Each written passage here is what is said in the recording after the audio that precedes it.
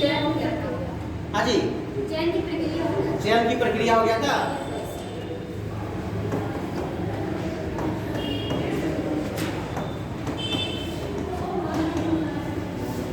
ठीक है, चयन की प्रक्रिया में क्या रहता है, कैसे चयन होता है आप बताइए। हाँ देख लीजिए, कोई बात नहीं, आपको घर पे देखना चाहिए था सब चीजों को। इसमें नियुक्ति करते समय उच्चतम न्यायालय के मुख्य न्यायाधीश हाँ और विधानसभा के विरोधी दल हाँ। या संसद के विरोधी दल के पक्ष जो होते हैं वो सब मिलकर चयन करते हैं। क्या क्या रहता है इसमें?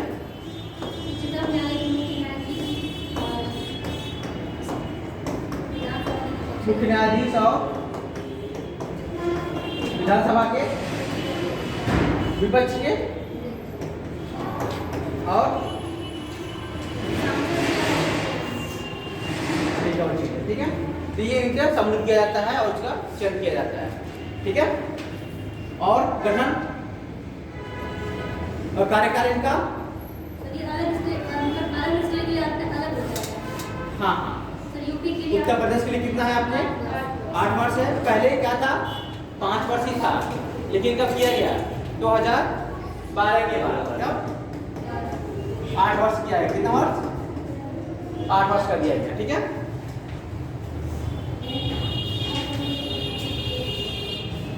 तो ठीक है, लिखिए कार्यकाल लिखिए। इसके बाद चयन प्रक्रिया के बाद क्या होता है? कार्यकाल।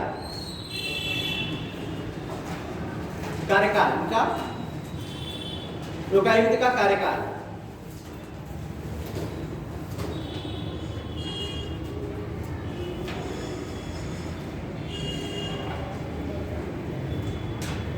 अधिकांश राज्यों में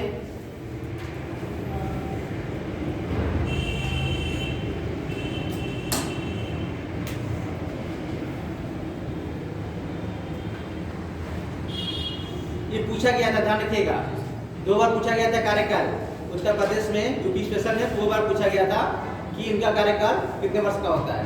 तो अधिकांश राज्यों में लोकायुक्त का कार्यकाल, अधिकांश राज्यों में लोकायुक्त का कार्यकाल 5 वर्ष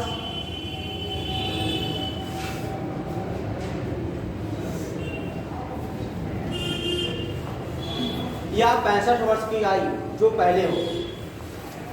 5 वर्ष या 65 वर्ष की आयु जो पहले हो। इसका मतलब क्या होगा?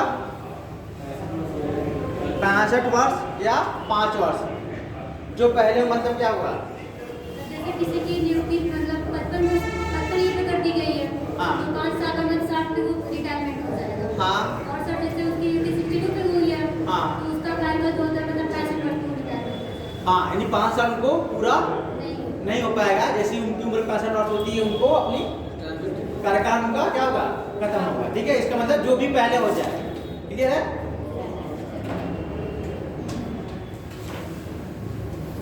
वो दूसरे कार्यकाल के लिए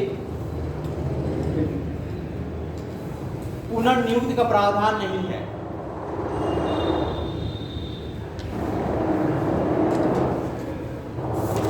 दूसरे कार्यकाल के लिए पुनर्नियुक्ति का प्रावधान नहीं है।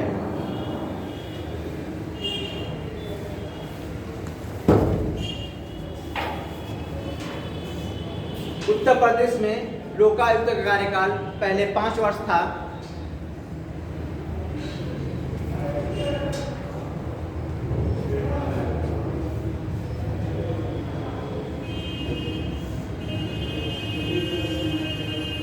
जिसे मार्च 2012, ध्यान रखिएगा, इसको अंडरलाइन कर लीजिएगा, कब से बदला गया भी पूछ सकता है कभी भी। ठीक है, जिसे मार्च 2012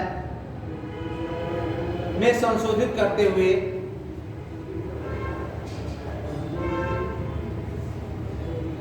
8 वर्ष कर दिया गया।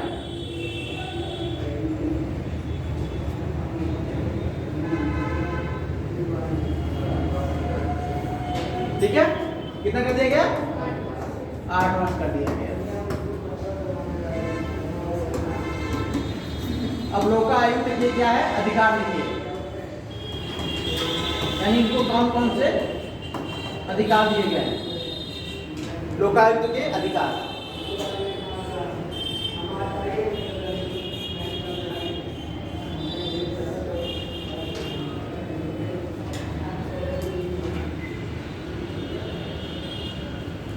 उत्तर प्रदेश लोका आयुक्त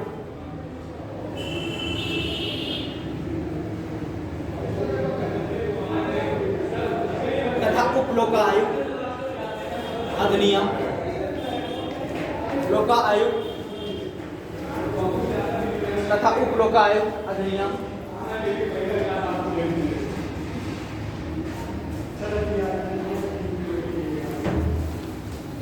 1975, लोकायुक्त और उप लोकायुक्त अधिनियम 1975 की धारा 7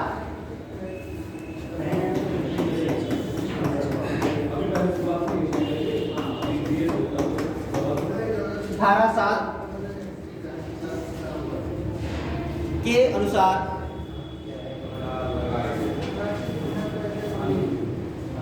प्रदेश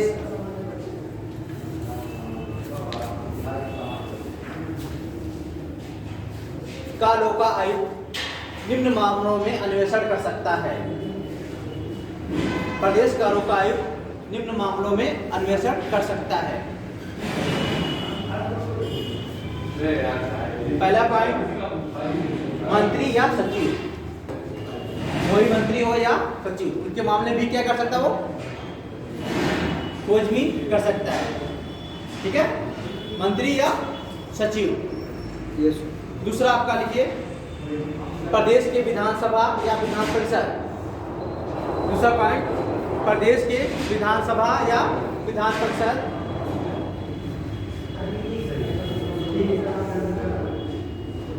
प्रत्येक सदस्य के मामले में।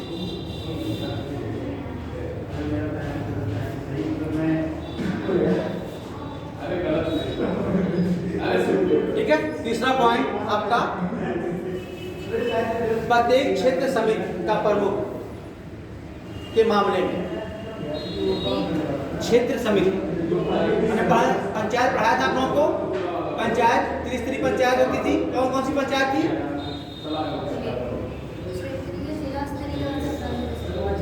नीचे चला जाता है। पहले क्या था? ग्राम पंचायत, दूसरा आपका क्षेत्र पंचायत, तीसरा आपका जिला पंचायत के मामले में। ठीक है, अगला पॉइंट लिखिए, क्षेत्र प्रमुख के मामले में। अगला पॉइंट, प्रत्येक जिला परिषद का अध्यक्ष के मामले में। प्रत्येक परिषद के जिला परिषद के अध्यक्ष के मामले में।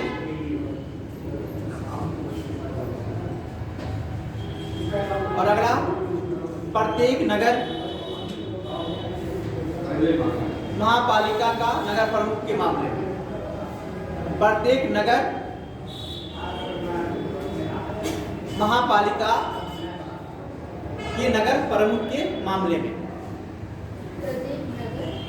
महापालिका के नगर प्रमुख के मामले में। अगला, किसी सिटी नगर पालिका का प्रेसिडेंट के मामले में।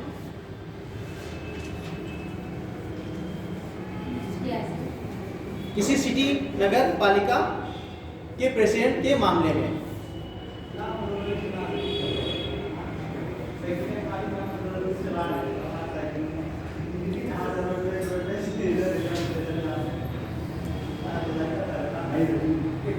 ठीक है, यार इतने मामलों में क्या कर सकता है, वो जांच भी कर सकता है। ठीक है, इन सबको कि मतलब कहाँ पर है, कहाँ पर इन लोगों ने खर्च किया, क्या किया, क्या नहीं किया, क्या क्या किया नहीं, वो लोकायुक्त का क्या अधिकार क्षेत्र के अंतर्गत वो सब चीजें आती हैं। ठीक है, एक लाइन छोड़ के लिखे इसमें, लोकपाल और लोकायुक्त अधिनियम। लोकपाल और लोकायुक्त अधिनियम को मजबूत करना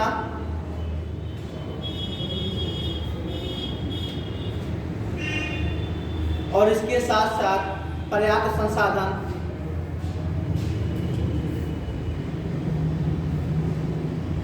और कर्मचारियों की नियुक्ति, इसके साथ साथ पर्याप्त संसाधन और कर्मचारियों की नियुक्ति भी आवश्यक है।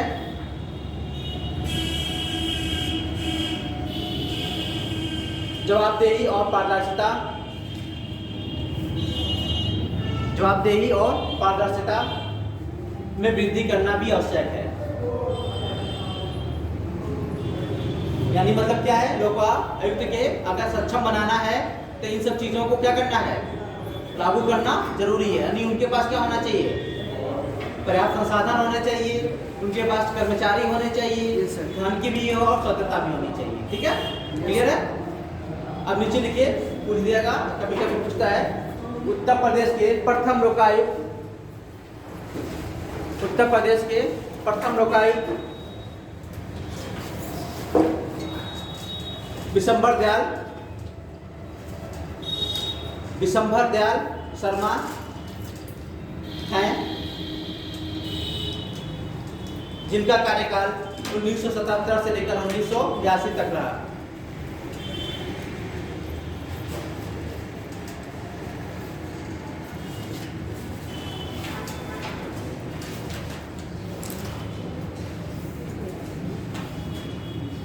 ठीक है। अब अगला हम लोग देखेंगे सूचना का अधिकार। सूचना अधिकार क्या होता है,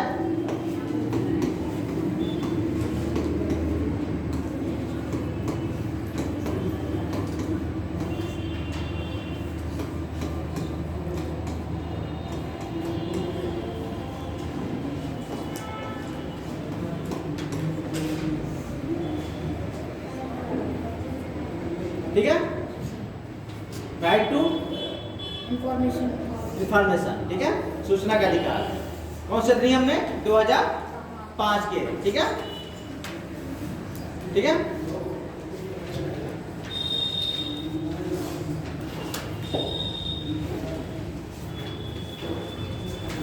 इसके पहले क्या था, पहले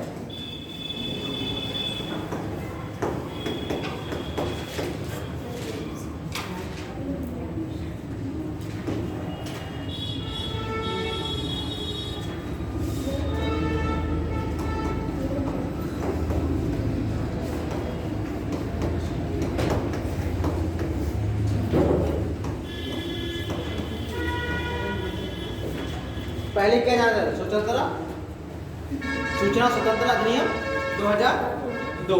बाद में चल के क्या होता है, सूचना का अधिकार अधिनियम 2005। ठीक है, इससे क्या होता है, मतलब सर आरटीआई दाखिल करके हम किसी भी मतलब सरकारी कामकाज की जानकारी ले सकते हैं।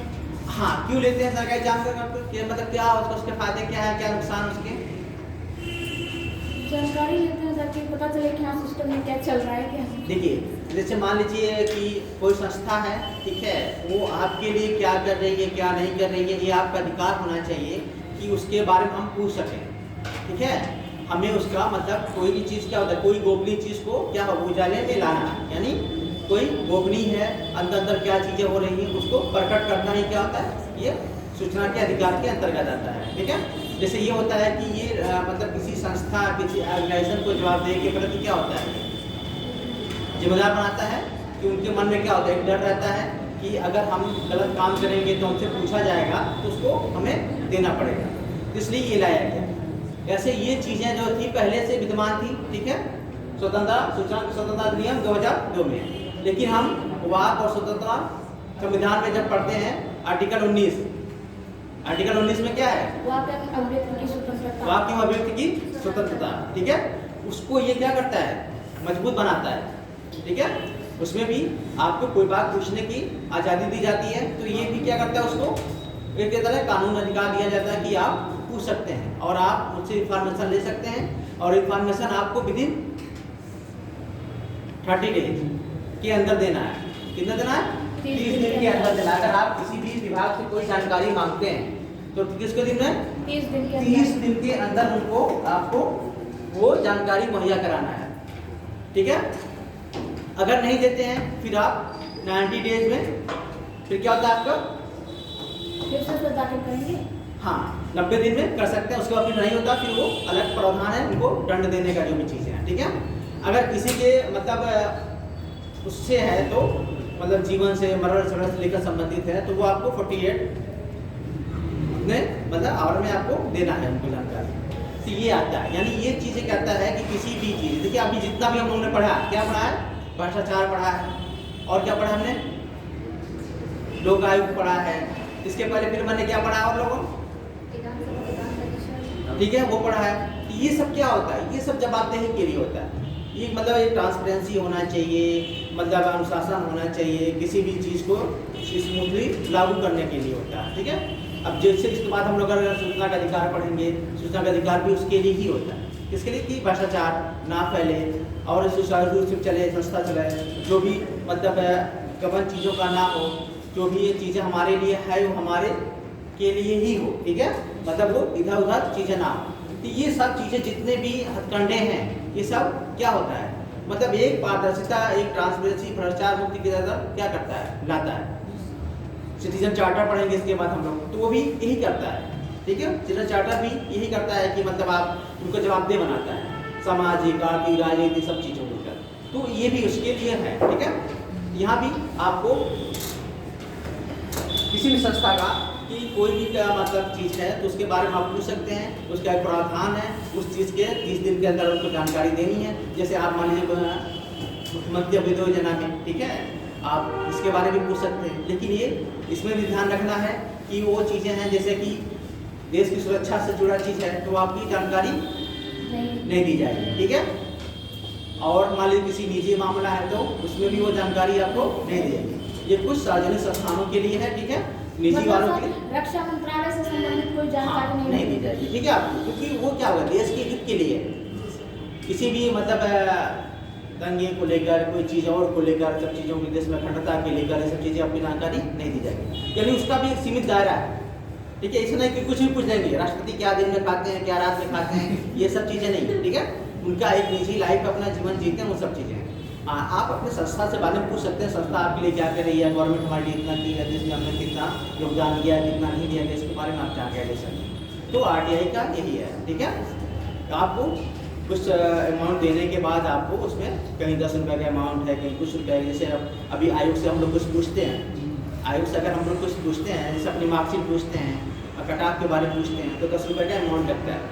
10 रुपये के अमाउंट के बाद वो हमारी सारी जानकारी हमको मुहैया कराते हैं, मतलब 30 दिन के अंदर वो हमारी सारी जानकारी देते हैं, आपके मेल पर देते हैं। ठीक है, या बाई लेटर दे, बाकी मेल पे ही अक्सर देते हैं, मेल के थ्रू उसको किया जाता है, तो मेल के थ्रू ही वो लोग देते हैं। तो ये चीज़ें होती हैं, यानी ये क्या ट्रांसपेरेंसी के लिए होता है, सब चीज़ों के लिए होता है। ठीक है, इनका कुछ सीमित दायरा हमने बताया कि मतलब कुछ दिनों मतलब निजी क्षेत्रों में ही लागू होता है कि नहीं, मतलब आप किसी प्राइवेट कंपनी से मांग लीजिए तो क्या देगा, क्यों नहीं देगा, नहीं देगा, उसकी मर्जी। लेकिन आप जो भी गवर्नमेंट संस्थाएं हैं उनसे आप ले सकते हैं। ठीक है, कुछ न्यायालयों में नहीं लगता है RTI वहाँ पर।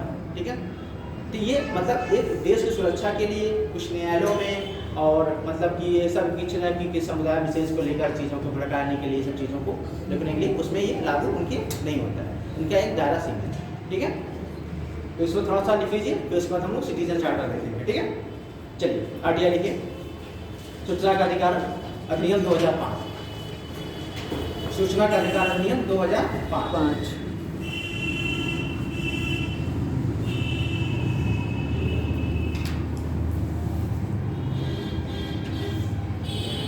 सूचना का अधिकार अधिनियम 2005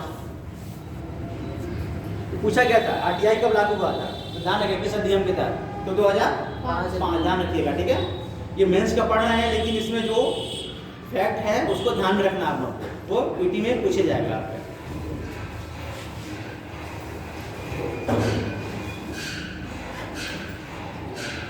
नागरिकों के सूचना अधिकार, नागरिकों के सूचना अधिकार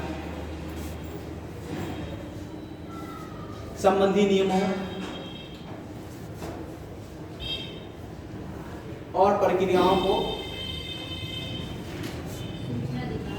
संबंधी नियमों और प्रक्रियाओं को निर्धारित करता है।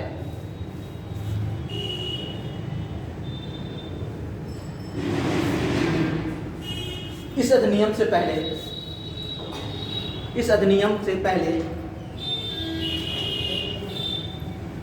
सूचना की स्वतंत्रता अधिनियम 2002 विद्यमान थी।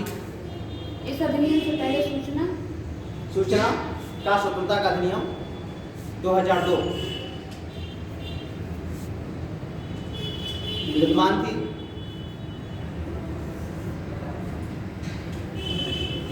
ठीक है, ये अधिनियम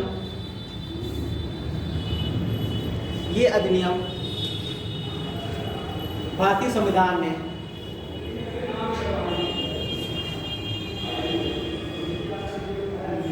प्रदत्त मूल अधिकार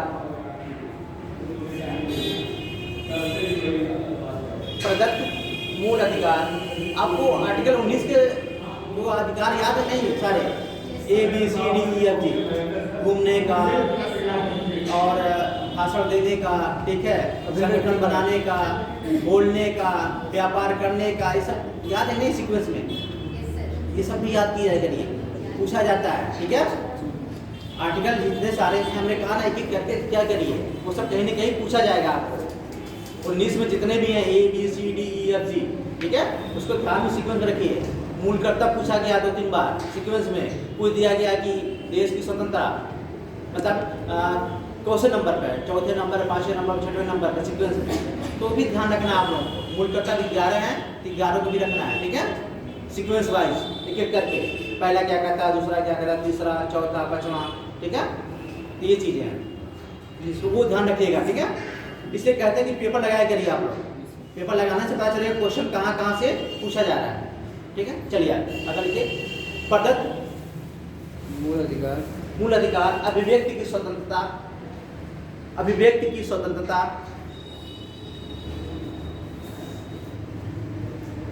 को सशक्त करने हेतु, को सशक्त करने हेतु यानी उसको मजबूत बनाने हेतु अधिनियमित किया गया है।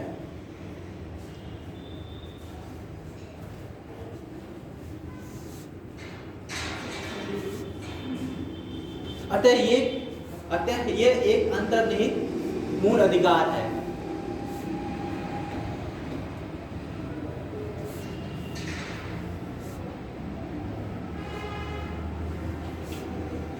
ठीक है, अंतर्निहित मूल या मौलिक अधिकार है, यानी उसमें एक तरह का अंतर्निहित ही है ये सूचना का अधिकार जो है, ठीक है।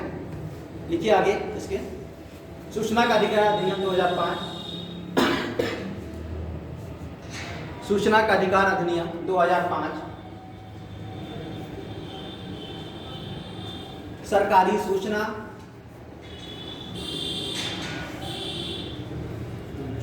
के लिए, सरकारी सूचना के लिए नागरिकों के प्रश्नों का नागरिकों के प्रश्नों का समय पर जवाब देना, समय पर जवाब देना अनिवार्य बनाता है।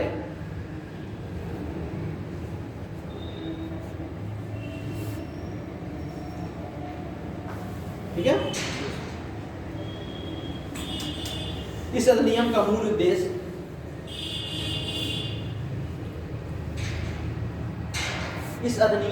उद्देश्य नागरिकों को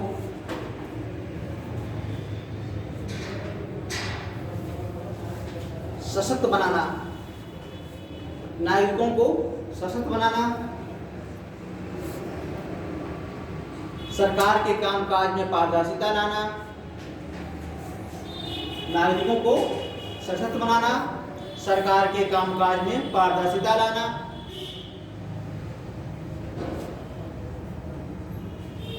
और जवाबदेही को बढ़ावा देना, और जवाबदेही को बढ़ावा देना, और भ्रष्टाचार को रोकना।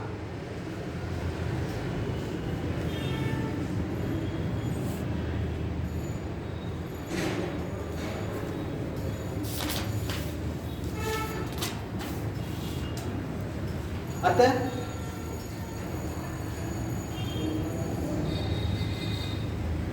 ये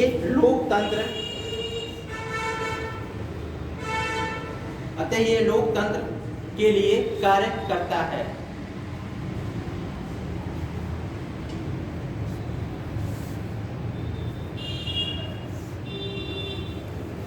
लाइन छोड़ के सूचना का अधिकार अधिनियम एक पथ प्रदर्शक विधान है।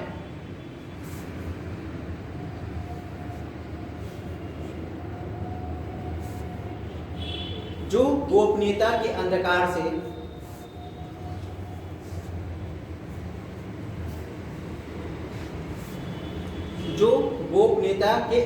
से पारदर्शिता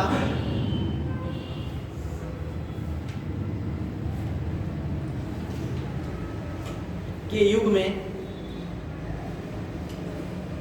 जाने का संकेत देता है।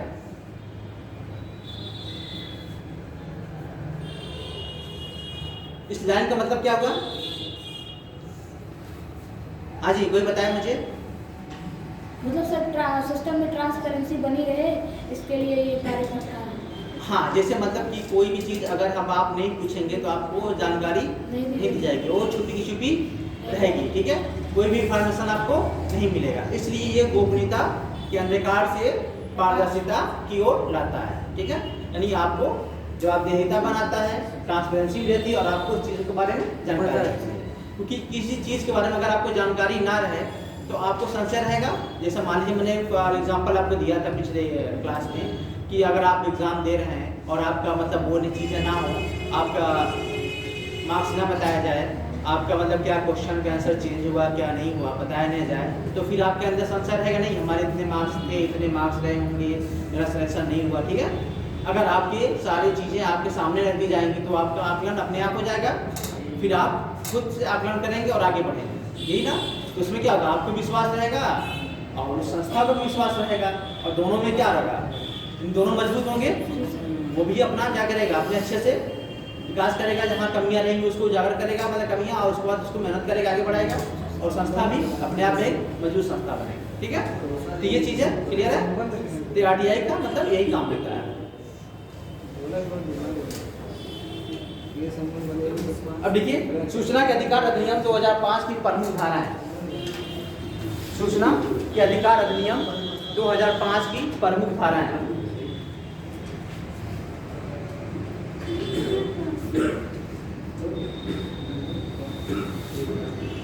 प्रमुख धारा है, नहीं, इसमें लिखिए पहला पॉइंट। अब आप लोग सूचना का अधिकार अधिनियम लिखा करिए, क्या लिखा करिए, आरटीआई दिया करिए, ठीक है, शॉर्ट फॉर्म में लिखा करिए। अब समझ में आ गया ना, ध्यान रखें, वो समझाने के लिए इतना लंबा चौड़ा बोला जाता है कि आप लोग समझ में आए।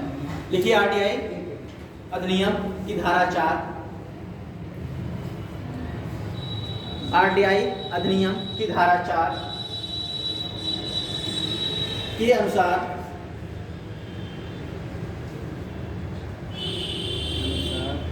प्रत्येक सार्वजनिक प्राधिकरणों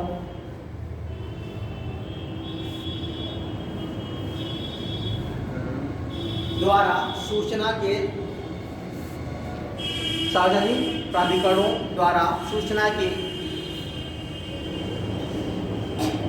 स्वतः प्रकाशन का प्रावधान किया गया है।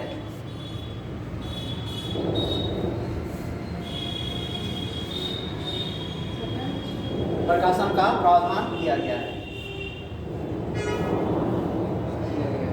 अगला पॉइंट,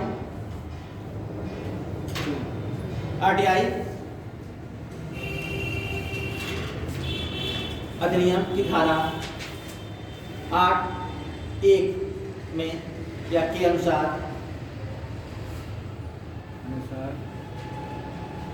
धारा 8(1) के अनुसार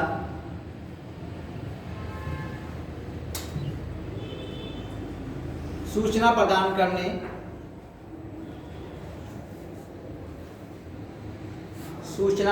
करने संबंधी छूट का प्रावधान किया गया है।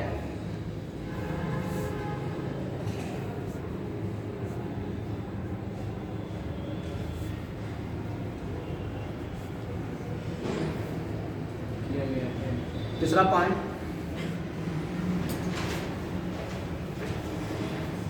आरटीआई अधिनियम धारा 8(2)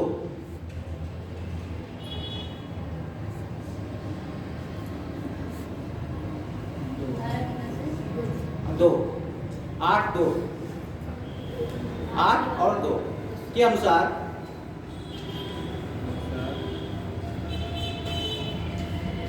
सार्वजनिक हित में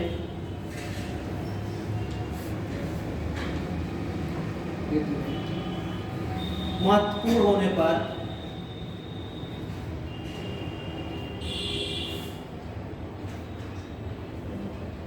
पर सरकारी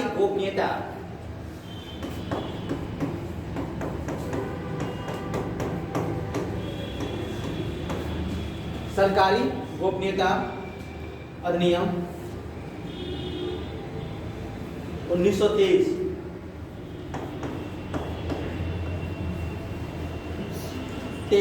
के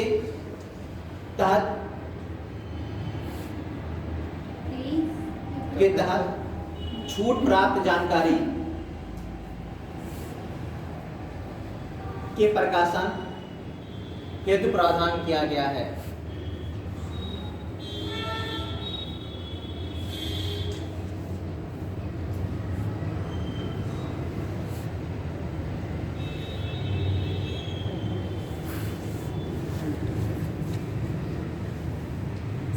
ठीक है, लाइन छोड़ के लिखिएगा।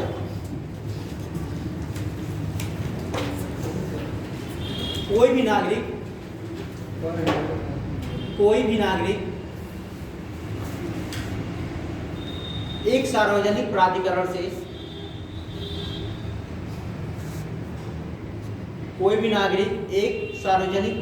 से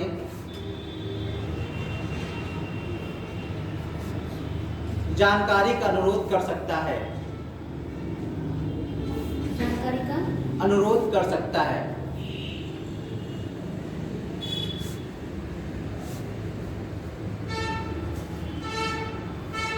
परंतु ये निजी क्षेत्र पर लागू नहीं है।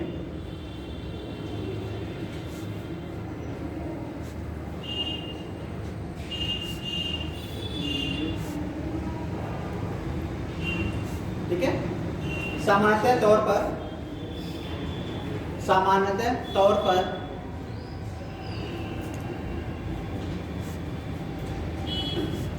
लोक प्राधिकारी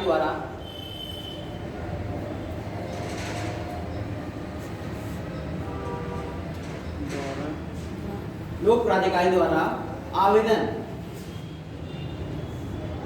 प्राप्त होने के, ऐसा अंडरलाइन कर लीजिएगा। ठीक है, ऐसा पूछा जाता है स्टेटमेंट में। आवेदन प्राप्त होने के 30 दिनों के भीतर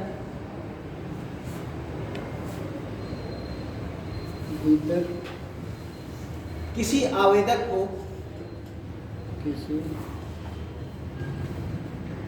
सूचना प्रदान करना अनिवार्य होता है।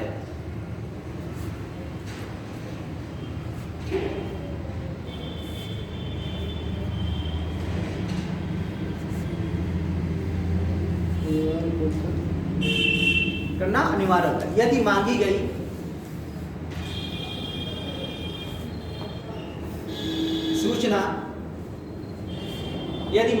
सूचना किसी व्यक्ति के जीवन या स्वतंत्रता से संबंधित होती है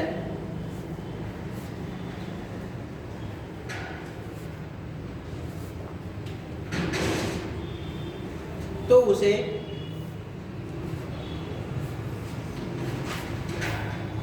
अड़तालीस घंटों के भीतर प्रदान किया जाएगा।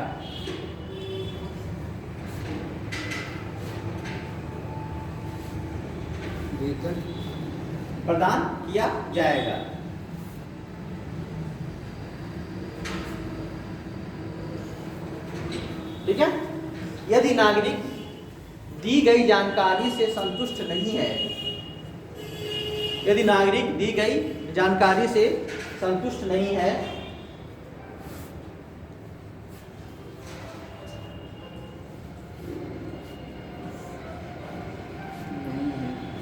ठीक है, तो वह पुनः 90 दिनों के भीतर अपील दायर कर सकता है।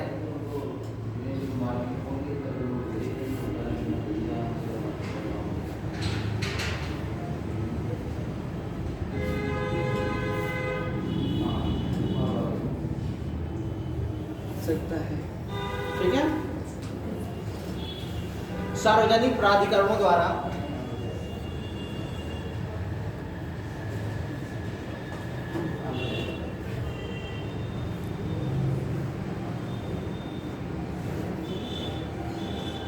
अपने कुछ अधिकारियों को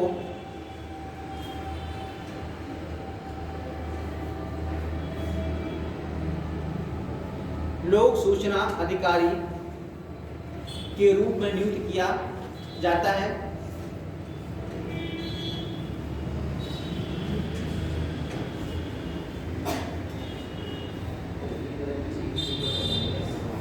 जिससे ये सूचना मांगने वालों के लिए सूचना प्रदान करते हैं। सूचना मांगने वाले आवेदक को सूचना प्रदान करते हैं।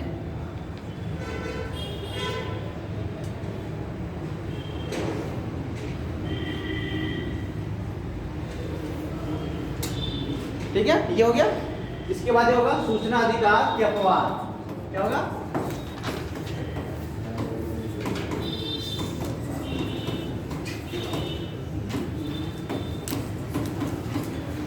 कहां कहां लागू नहीं होगा, ध्यान रखना। कहां कहां आरटीआई आपके लागू नहीं होगी और कहां कहां लागू होगी। ठीक है, कहां कहां लागू होगी मतलब पता चले कहां कहां से आप सूचना मांग सकते हैं और कहां कहां लागू नहीं होगी। ये अपवाद आरटीआई, ये अपवाद आरटीआई 2005 की धारा 8 में वर्णित है।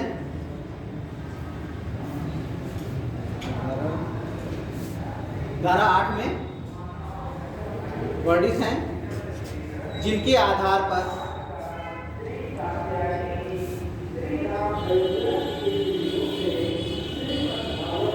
सार्वजनिक प्राधिकरण, जिनके आधार पर सार्वजनिक प्राधिकरण सूचना देने से मना कर सकता है।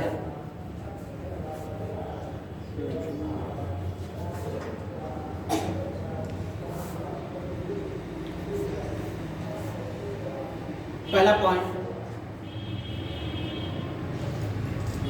ऐसी जानकारी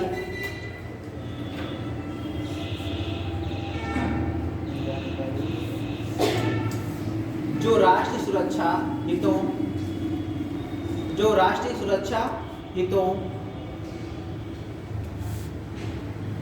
राष्ट्रीय आर्थिक हितों,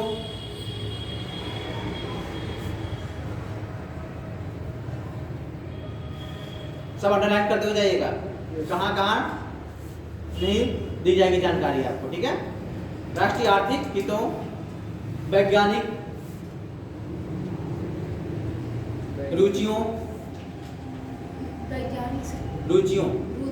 हाँ, इन्वेंशन जो भी होंगे, ठीक है, रुचियों, अखंडता,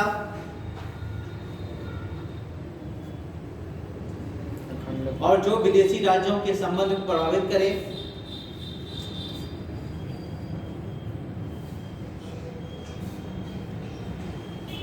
और या राष्ट्र की हिंसा को भड़काने में मदद करे, और राष्ट्र की हिंसा को भड़काने में कारण बन सके या मदद करे।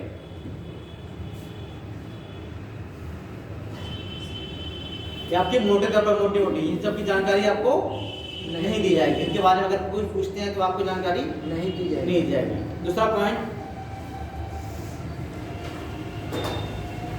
कैबिनेट की बैठकों की, कैबिनेट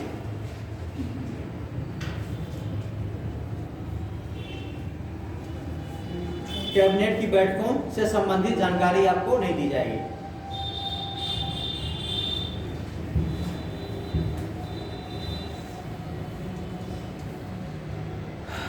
और जो जानकारी न्यायालयों द्वारा निषिद्ध है वो नहीं दी जाएगी।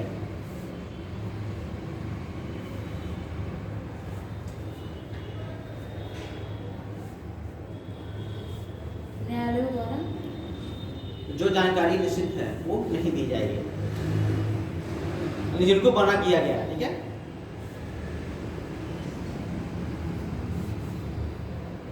अगला पेटेंट, पेटेंट एवं व्यापार रहस्य संबंधित जानकारी, पेटेंट एवं व्यापार से रहस्य संबंधित जानकारी नहीं दी जाएगी, ठीक है।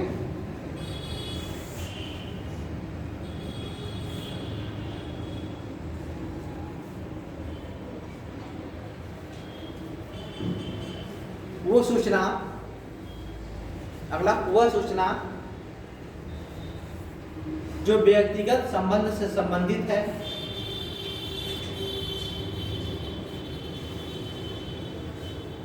वह सूचना जो व्यक्तिगत संबंध से संबंधित है और जिसका कोई सार्वजनिक हित नहीं है।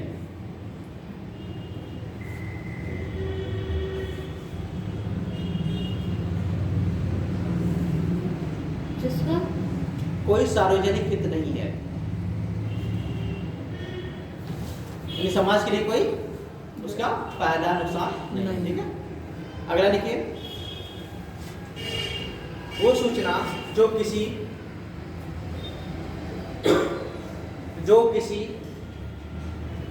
भी व्यक्ति के जीवन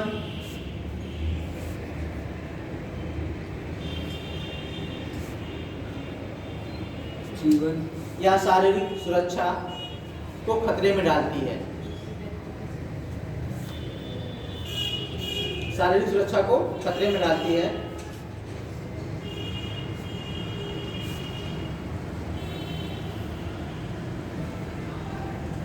ठीक है। अगला, ऐसी जानकारी, वो सूचना जो ऐसी जानकारी जो जांच की प्रक्रिया को बाधित कर सकती है, यानी कोई भी जांच चल रही है और जांच में वो बाधा डाल सकती है, तो इसी तरह सूचना आपको नहीं दी जाएगी, बाधित कर सकती है।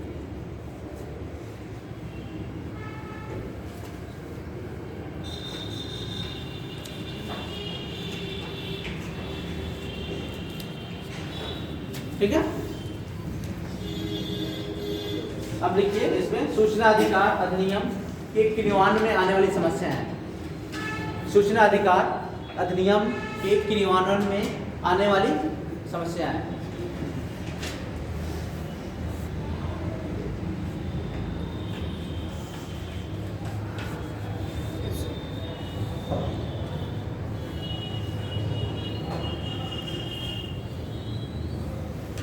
ठीक है, इसमें पहला पॉइंट लिखिए,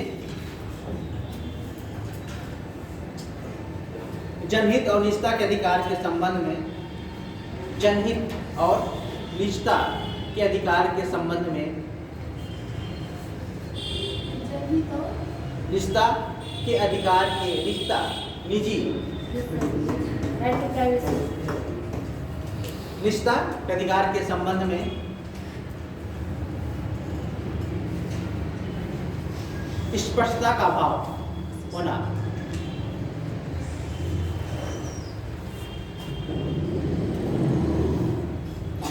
दूसरा राजनीतिक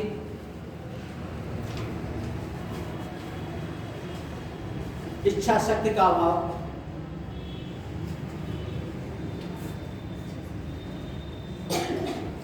और खराब बुनियादी ढांचा, खराब बुनियादी ढांचा।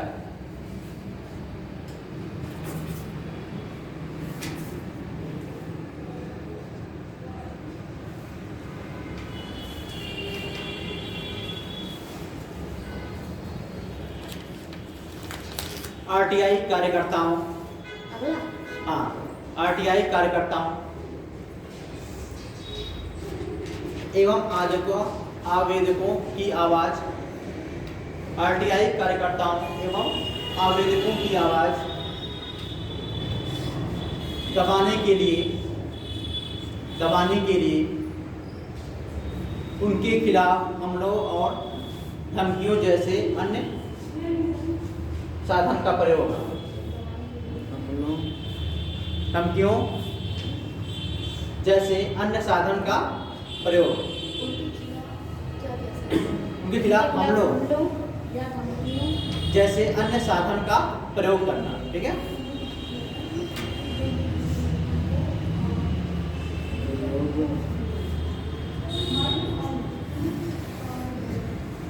अगला सार्वजनिक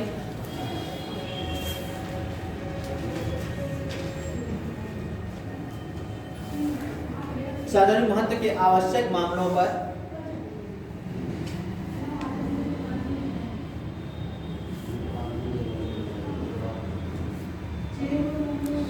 सक्रिय नागरिकों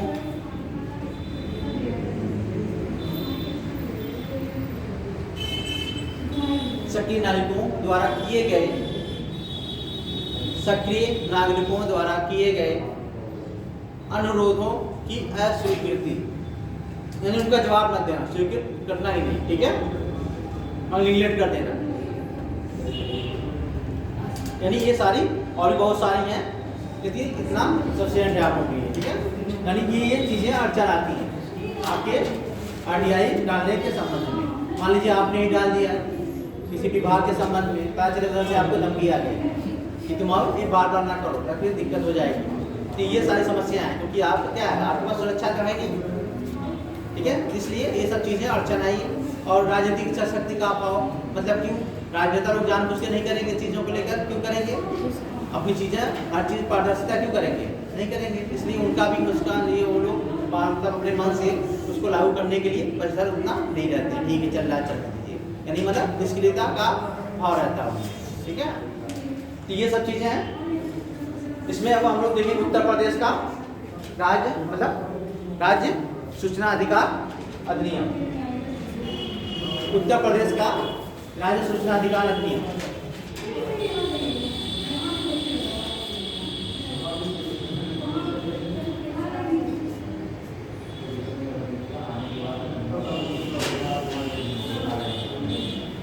या आयोग, हाँ आयोग।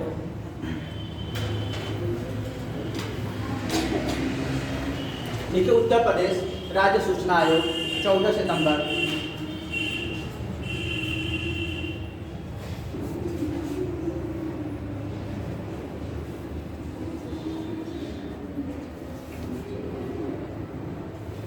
2005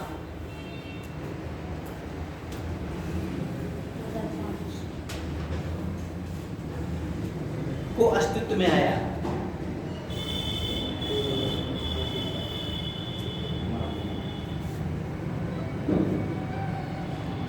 इस आयोग का मुख्य उद्देश्य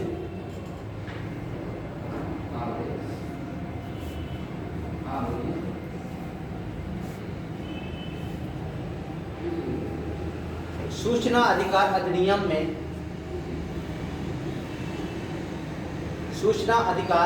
में निहित लक्ष्यों को प्राप्त करना है।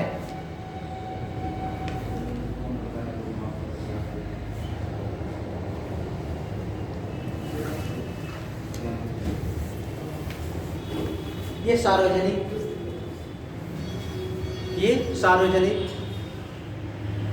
प्राधिकरणों में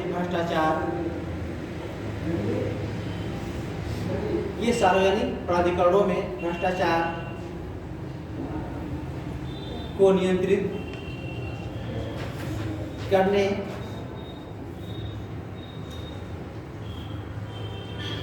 तथा सरकार और उसके तंत्र का मतलब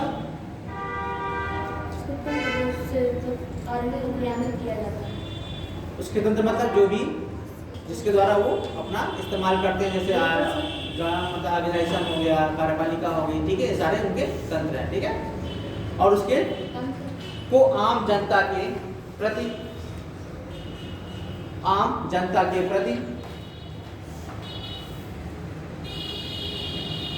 जवाबदेह बनाने का कार्य करता है।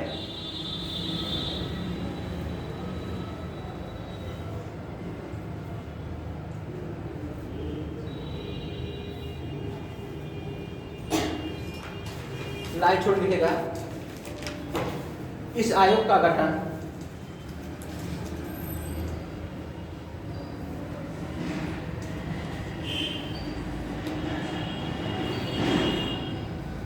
आरटीआई अधिनियम 2005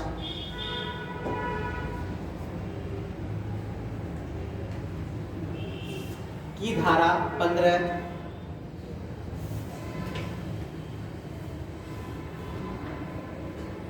के उपबंधों के अनुसार, धारा 15 के उपबंधों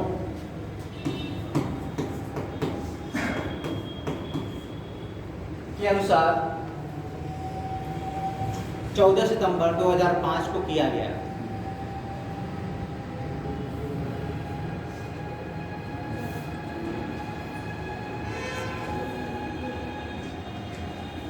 को किया गया। इसमें इस आयोग में एक मुख्य सूचना आयुक्त,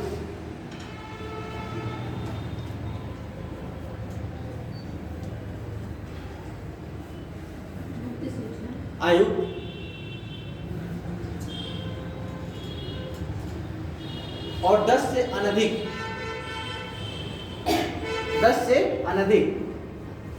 मतलब उससे अधिक नहीं, 10 से अनधिक आयुक्तों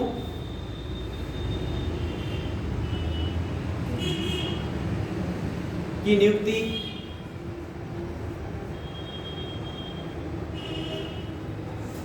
उत्तर प्रदेश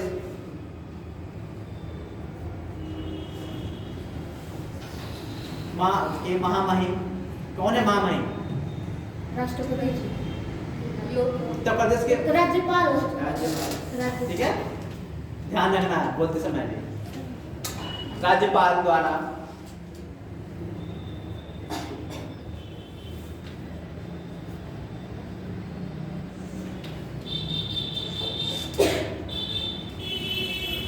मुख्यमंत्री की अध्यक्षता में, राज्यपाल द्वारा मुख्यमंत्री की अध्यक्षता में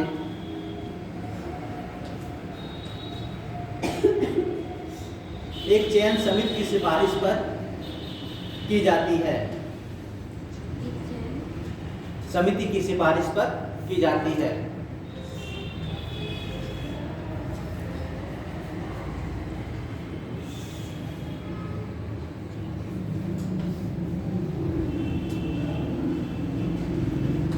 सूचना आयुक्त और अन्य आयुक्तों, सूचना आयुक्त और अन्य आयुक्तों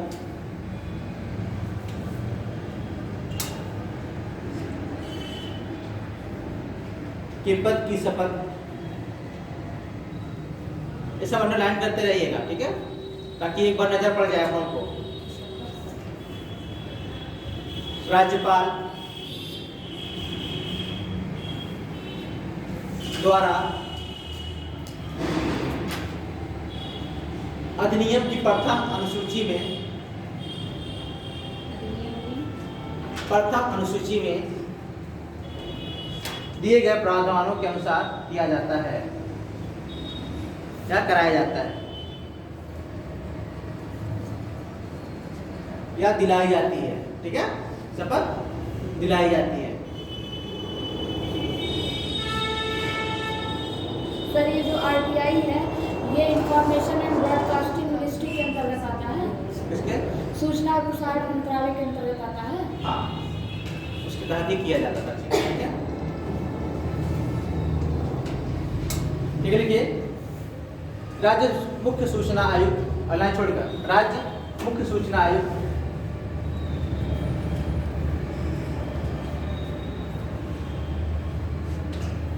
और राज्य सूचना आयुक्त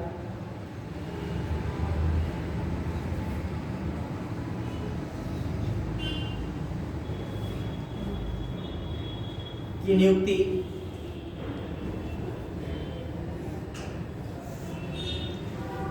विधि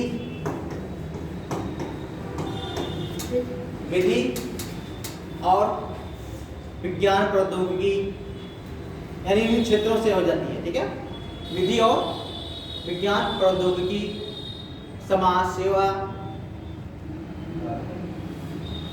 प्रबंधन,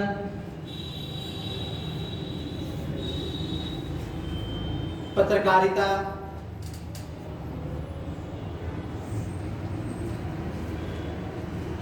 जनसंपर्क माध्यम,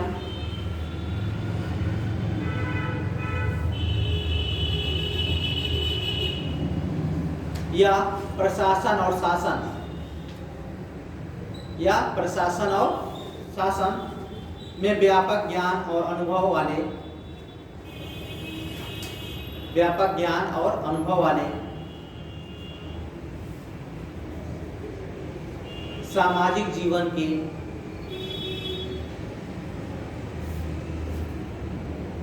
अनिवार्यतः प्रख्यात व्यक्ति होंगे। सामाजिक जीवन के अनिवार्यतः प्रख्यात व्यक्ति होंगे। यानी इनकी मानदंड क्या है? यही सब चीज है, ठीक है। विधि में हो, साहित्य टेक्नोलॉजी में हो, ठीक है, समाज सेवा में हो, पत्रकारिता में हो, इनका मतलब ये चीज होनी चाहिए, ठीक है। इन्हीं व्यक्तियों को क्या करना है? ये सूचना आयुक्त या प्रधान सूचना आयुक्तों के पद पर रखा जाता है, ठीक है।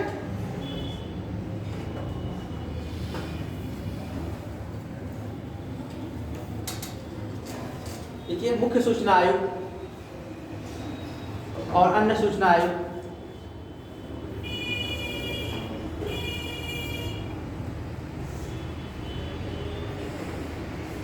संसद का सदस्य या किसी राज्य संसद का सदस्य या किसी राज्य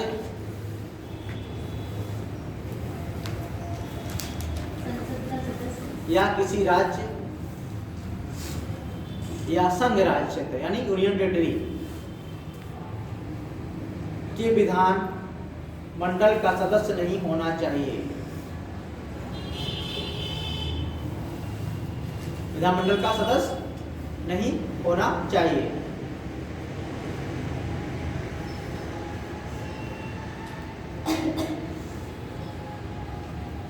या कोई अन्य लाभ का पद भी धारण नहीं करना चाहिए।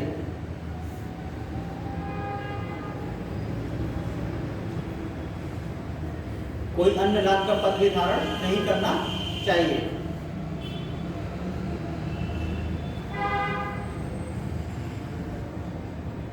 इसके अलावा किसी राजनीतिक दल का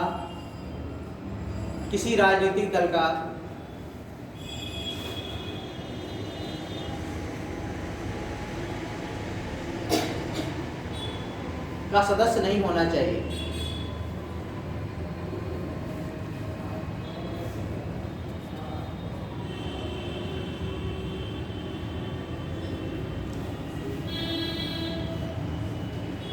ठीक है। अब कहाँ से होना चाहिए सर?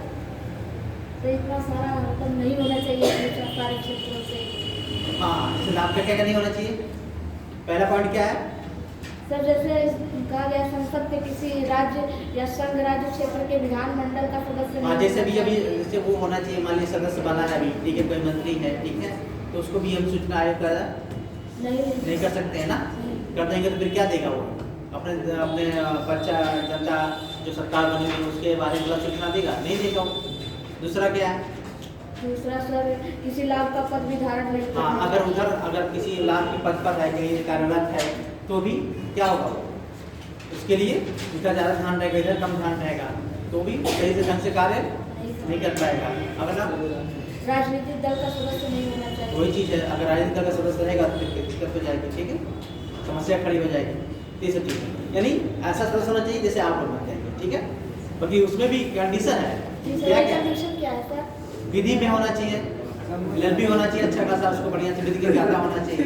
दूसरा आपका पत्रकारिता होना चाहिए, BJ MJ का रखा हो बढ़िया से, और अच्छा खासा अनुभव हो उसको, ठीक है। अगला उसमें क्या लिखा है मैंने? समाज सेवा होना चाहिए, समाज सेवक होना चाहिए, ठीक है। ये हो गया विज्ञान, और उसके में अच्छा खासा उसने कर लिया हो, बढ़िया से हासिल एक मुकाम हासिल कर लिया हो, तो ऐसे लोगों को हम उसका बनाते हैं। बाकी ऐसे लोग नहीं, मतलब कि जो अपनी राजनीतिक दल में हो, बाकी चीज़ों में इंतजार के पद पर हो, यहाँ भी दिवालियापन भी ना हो, मानसिक रूप से विकृत भी ना हो, उसको भी नहीं बनाएंगे, ठीक है। ये चीज़ें हैं, ध्यान रखना। इन चीज़ों कौन किसको बनाया जाएगा, किसको नहीं बनाया जाएगा, उसका सबका उसमें दोनों है, अर्हताएँ और निरताएँ दोनों एक साथ में लिखा दिया है। यानी कौन कौन बनेंगे, कौन कौन नहीं बनेंगे, ठीक है। एक लाइन छोड़ के इसमें लिखिए, वेतन भत्ते के लिखा है।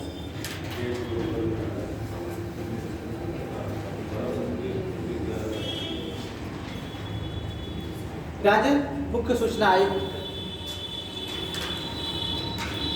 राज्य मुख्य सूचना आयुक्त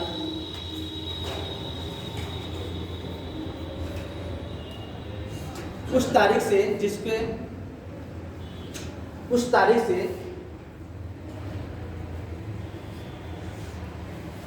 जिससे वह पद को धारण करता है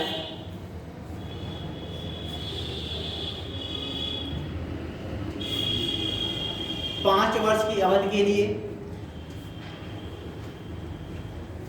ध्यान रख लीजिएगा आप लोग, ठीक है, 5 वर्ष और 65 वर्ष, 5 वर्ष की अवधि के लिए या 65 वर्ष की आयु प्राप्त करने तक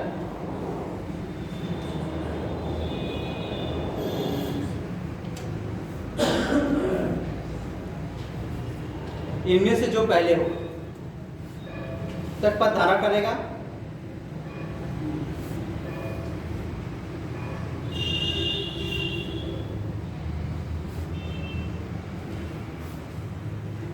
मुख्य सूचना आयुक्त पुनर्नियुक्ति के लिए पात्र नहीं होगा, यानी दोबारा क्या होगा, वो नियुक्ति नहीं होगा। नहीं, एक बार होने के बाद दोबारा उनको नियुक्ति नहीं किया जाएगा, ठीक है।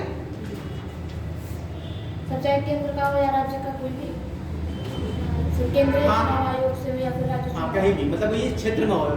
कंडीशन क्या अप्लाई किया उसने, कंडीशन लगाया 5-6 हमें बताया ना, कौन कौन कंडीशन, विधि में हो, साइंस टेक्नोलॉजी में हो, ठीक जैसे है, सर कोई पत्रकारिता में हो। सर जैसे कोई राज्य सूचना आयोग का कोई अधिकारी है, फिर वो मतलब पदोन्नति होकर केंद्रीय सूचना आयोग में नहीं जा सकता, क्यों नहीं जा सकता? तो ये सर आप लोग लिखवा आप कह रहे हैं कि नहीं होगा। मतलब नहीं होगा। पुनर्नियुक्त नहीं होगा, मतलब मुख्य सूचना आयुक्त क्या होगा, उस राज्य मतलब ये भी जो राज्य का सूचना आयुक्त है वो फिर दोबारा उसको राज्य क्या करेगा, नियुक्त नहीं करेगा उस पर। केंद्र में हो सकता है, हाँ, कहीं और भी हो सकता है, ठीक है, लेकिन उससे ऊपर उससे नीचे, जैसे आपका कोई भी पद होता है, क्या होता है, कोई पद के नीचे नहीं कर सकते हैं। जैसे हमने बताया था आपको, कोई उच्च न्यायालय का क्या होता है, मुख्य न्यायाधीश बनता है, तो फिर वो अन्य न्यायालयों में क्या होता है, न्यायाधीश नहीं बन सकता, ना वकालत कर सकता है। हाँ, बकायदा वो ऊपर जाके उच्चतम न्यायालय पर न्यायाधीश बन सके और मुख्य न्यायाधीश बन सकते हैं, लेकिन नीचे वो नहीं आएगा। ये क्या होगा, पदोन्नत हो जाएगी, उसके पद की गरिमा का क्या होगा, हनन होगा, इसलिए उसको रखना पड़ेगा, ठीक है, वैल्यू बना के रखना पड़ेगा। आगे ये कॉमन सी बात है, इसको ज़्यादा करना नहीं। अगर किसी प्रोफेसर को बना के हम उसको कलर बना देंगे तो क्या होगा, नहीं सर आपने कहा उसका मतलब दोबारा नियुक्त नहीं हो नहीं, सकता, उस पद पर नहीं होगा। उस पद पर नहीं होगा, किसी और पद पर हाँ, हो। ठीक है, उस पर नहीं होगा, ठीक है, ध्यान रखिए। जैसे राष्ट्रपति होता है दोबारा नियुक्त होता नहीं होता है, होता है। दोबारा होता है, प्रधानमंत्री दोबारा हो जाता है, लेकिन ये नहीं होगी, वो व्यक्ति एक व्यक्ति नहीं होगा, ठीक है, ध्यान रखिए। चलिए आगे। मुख्य चुनाव आयुक्त मुख्य चुनाव आयुक्त को वेतन और भत्ते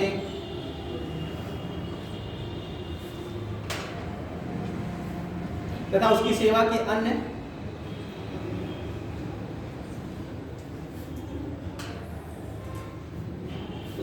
अन्य निर्बंधन और शर्तें वही हैं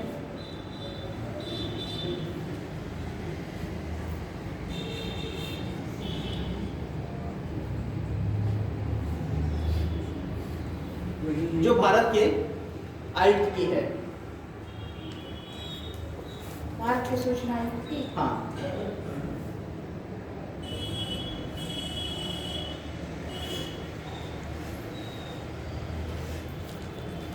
सर वेतन भी उनका, हाँ जी, सर वेतन भी उनका उन्हीं के बराबर रहेगा। हाँ, ठीक है।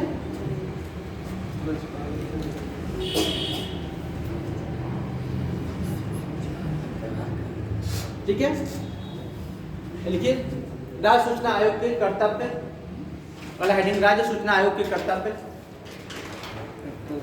शक्तियां और कार्य।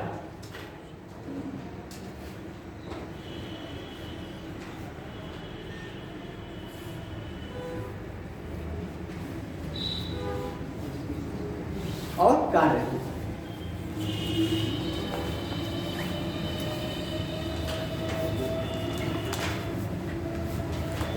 राज्य सूचना आयोग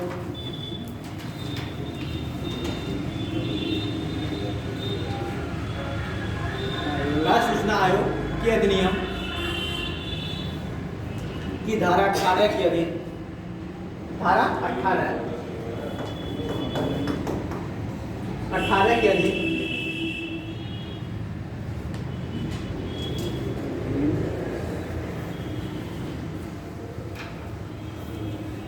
निम्न कर्तव्य हैं।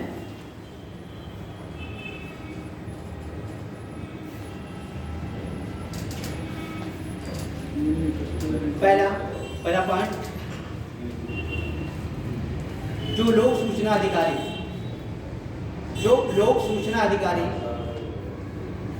के समक्ष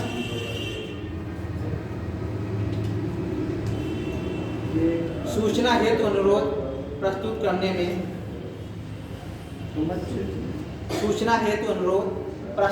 में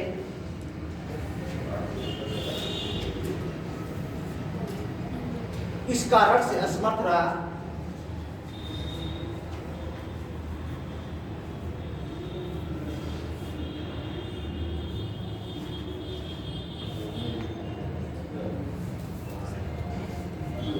कि लोक सूचना अधिकारी की नियुक्ति नहीं की गई है।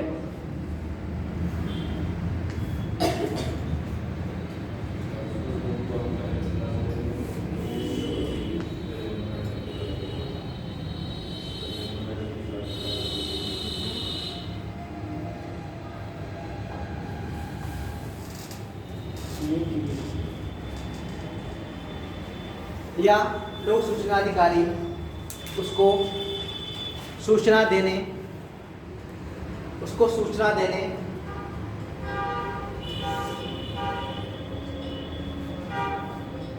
या उसके आवेदन को स्वीकार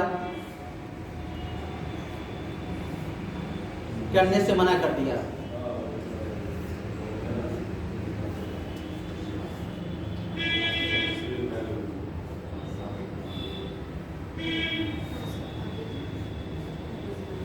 मना कर दिया, ठीक है।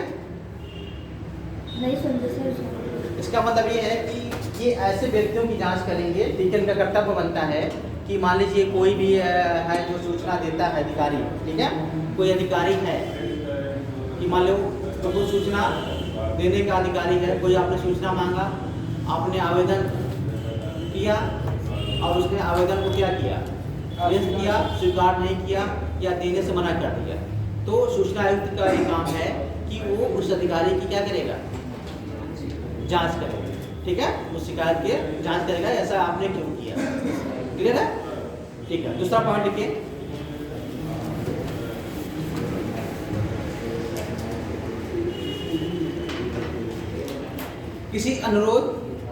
जिस अनुरोध की जानकारी देने से इनकार कर दिया गया है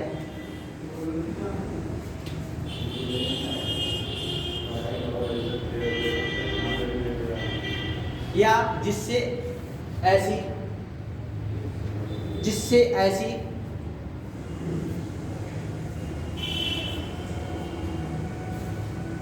फीस की रकम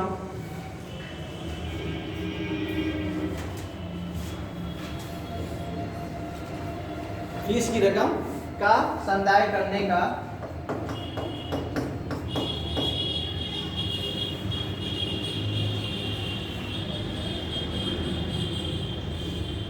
अपेक्षा की गई हो।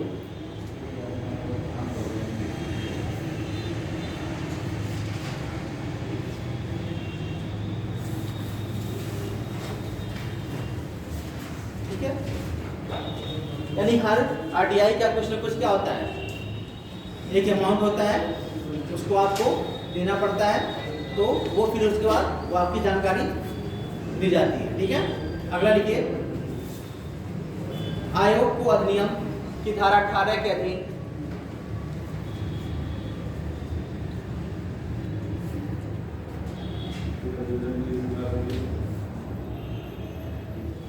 किसी मामले में जांच करते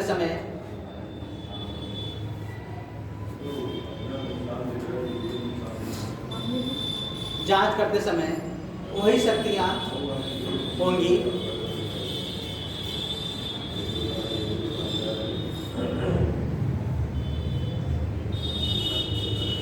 जो निम्नलिखित मामलों में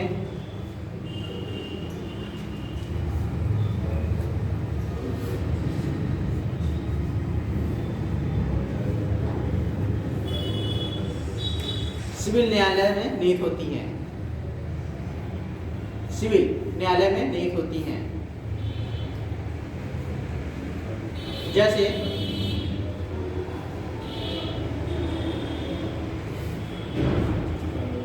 किन्हीं व्यक्तियों को समन जारी करना, किन्हीं व्यक्तियों को समन जारी करना, समन जारी करना, हाँ समन नहीं होता है, ठीक है। और उन्हें उपस्थित कराना, उन्हें उपस्थित कराना तथा शपथ पर मौखिक और लिखित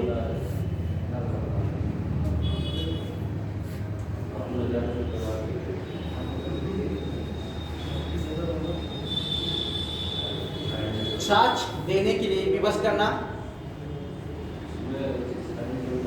साक्ष्य देने के लिए विवश करना,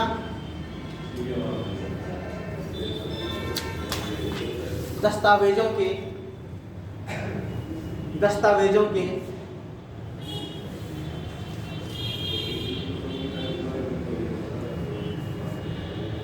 प्रकटीकरण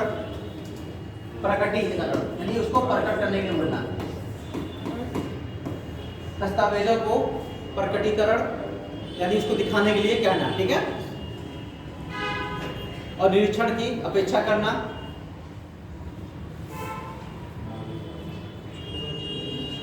निरीक्षण यानी उनके दस्तावेजों की क्या करना, जांच करना, ठीक है, कौन कौन से दस्तावेज हैं।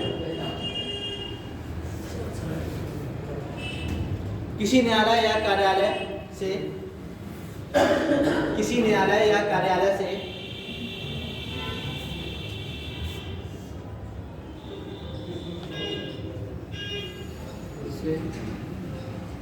से किसी लोक अभिलेखियां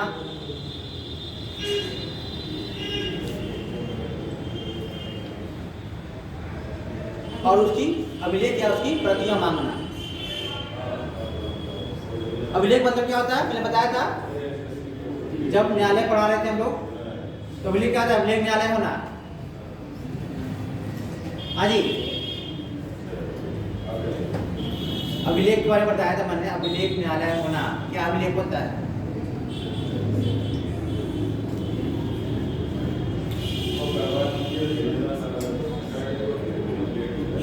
अभिलेख प्रतियां मांगना मतलब जो भी निर्णय हो गए हैं वो लिखित क्रम के बाद उनको क्या हुआ तो अच्छी चीजें मांग सकते हैं, ठीक है, क्लियर है। चलिए प्रतियां मांगना,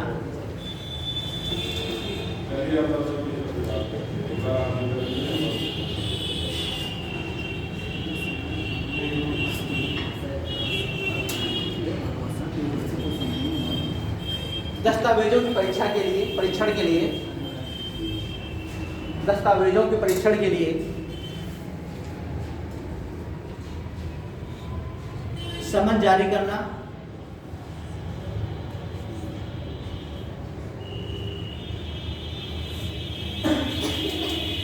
ठीक है। अगला आयोग सूचना हेतु किसी अनुरोध पर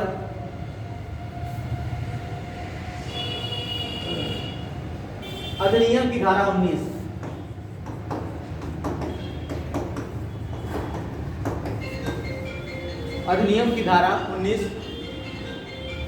1 के अधीन 19(1) के अधीन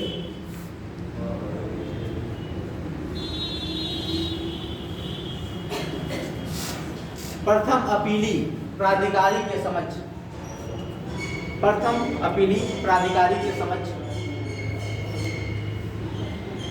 मतलब सर ये कौन होता है? यानी प्रथम अपील की जाती है जो जांच अधिकारी के समक्ष। दायर प्रथम अपील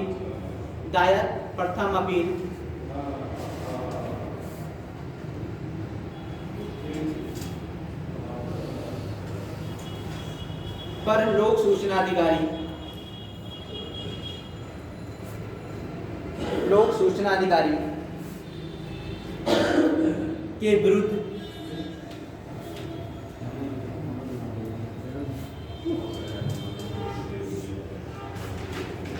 अधिनियम की धारा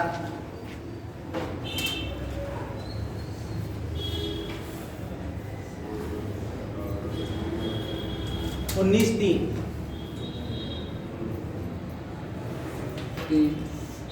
के अधीन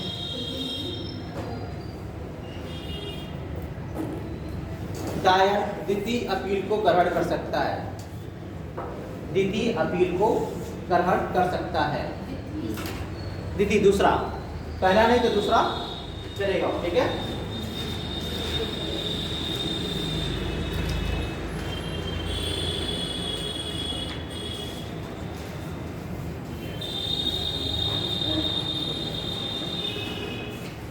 ठीक है, अब अगला छोड़ लीजिए।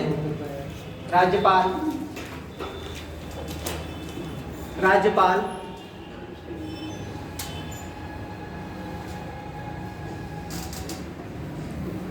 मुख्य सूचना आयुक्त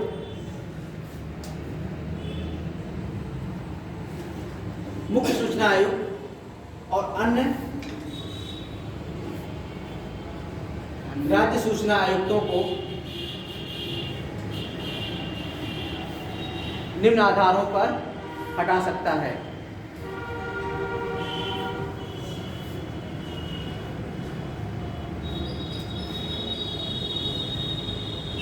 ठीक है, तो पहले में क्या होना चाहिए? हो हर जगह मिलता है, अगर वो क्या हो, दिवालिया हो। ठीक है, पहले पढ़ लिखिए। यदि वे दिवालिया हो गए हो, सब में मिलता है लगभग। ठीक है, अगर वो दिवालिया हो गया हो। दूसरा, यदि उन्हें नैतिक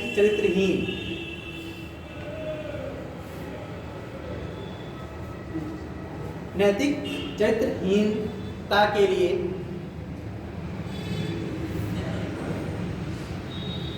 किसी अपराध के संबंध में दोषी करार दिया गया हो।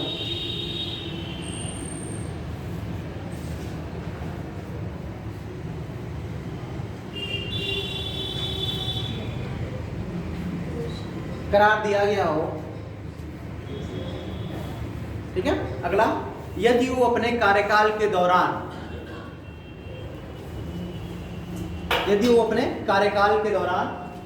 किसी लाभ के पद पर कार्यरत हो।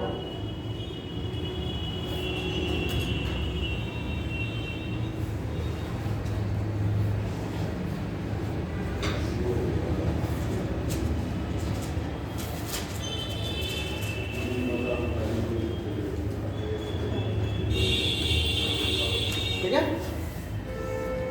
अगला, यदि वो शारीरिक या मानसिक रूप से कार्य करने में असक्षम हो।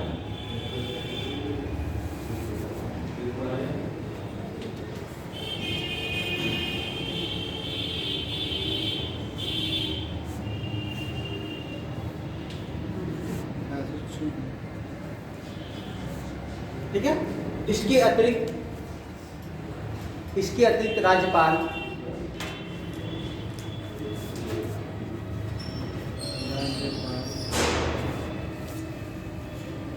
आयोग के अध्यक्ष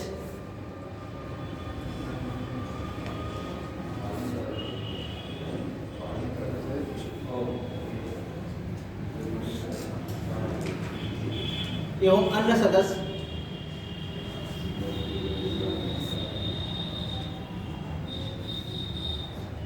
को सिद्ध कदाचार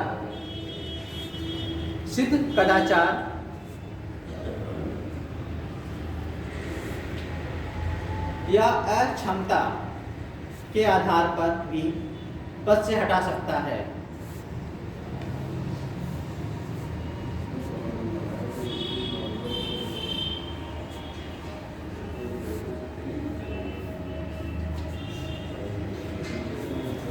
ठीक है, लेकिन इस मामलों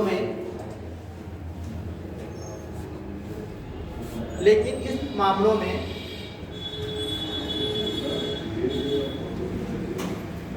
राज्यपाल मामले की जांच के लिए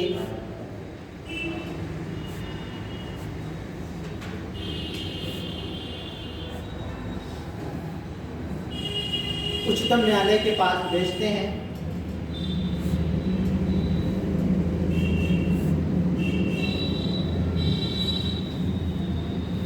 और मामले की जांच सही पाई जाती है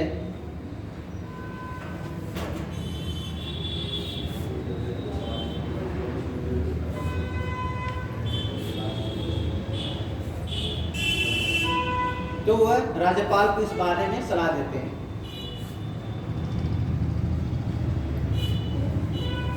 सलाह देते हैं,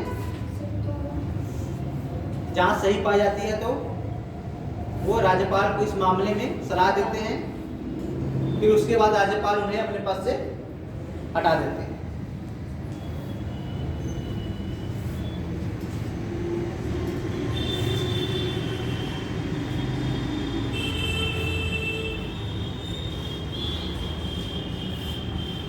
ठीक है, ये आपका आरटीआई था। और भी इसमें बहुत कुछ है, आप लोग पढ़ेंगे। हमने कहा ना जैसा क्वेश्चन रहेगा उस हिसाब से आप लोग लिखना है। सर ये जो उन्हें नैतिक चरित्रहीनता या किसी अपराध के संबंध में दोषी करार दिया गया हो, सर उनका मतलब पर्सनल मैटर भी रहेगा, तभी वो अपने पर्सनल हाँ वो कहते हैं, ठीक है, तभी तो नैतिक चरित्रहीनता दोषी करार देने के बाद ही इस तरह चीज़ें होंगी। ठीक है, तो ये हटाने का प्रावधान था। ठीक है, और भी बहुत सारी चीज़ें इसमें हैं, लेकिन आपको डिमांड के अनुसार क्या करना है, उसको आपको आगे पीछे शब्दों को करना है और सहज कर रखना है। क्या क्या मतलब क्वेश्चन कैसा पूछ रहा है, सिर्फ क्वेश्चन पूछा कि नहीं, छोटे मतलब लघुत्तरी पूछ लिया कि नहीं, कि मतलब इनकी कर्तव्यों और शक्तियों और दायित्वों के बारे में बताइए, तो बस खाली आपको इतना ही बताना है। ठीक है, और पूछ लिया कि आरटीआई कब लाया गया, क्या क्या प्रावधान है, धारा में कौन धाराएं क्या है, किसको, तो वो अलग अलग है। क्वेश्चन जैसा क्वेश्चन है तो उसके अकॉर्डिंग आपको क्या करना है, उसका आंसर देना है। ऐसा नहीं कि सारी चीज़ें एक साथ लिख देनी वहाँ पर। क्वेश्चन कुछ और पूछ रहा है, आपको सारी चीज़ें उनके सब कुछ कार्यकाल वगैरह सारी चीज़ें डाल दीजिए, ऐसा नहीं होना चाहिए। ठीक है, तो आप लोग ब्रेक लीजिए, इसके बाद हम लोग सिटीजन चार्टर पढ़ेंगे। क्या पढ़ेंगे? सिटीजन चार्टर पढ़ेंगे। ठीक है।